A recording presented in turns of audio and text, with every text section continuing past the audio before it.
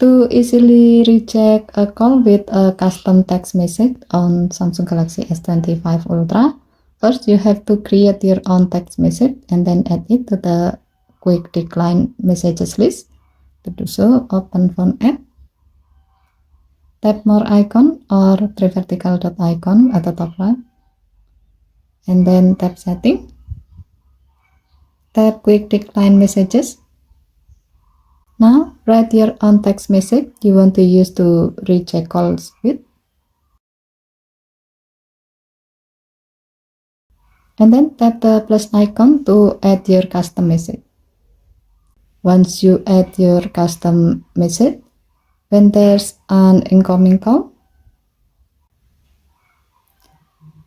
swipe up from the bottom of the screen to open up the list of the quick decline messages list,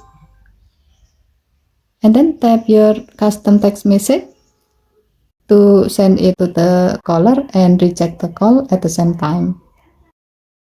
Given to the function, rejecting a call with a custom text message let you quickly respond when you cannot answer, politely letting the caller know why you are unavailable or when you can get back to them.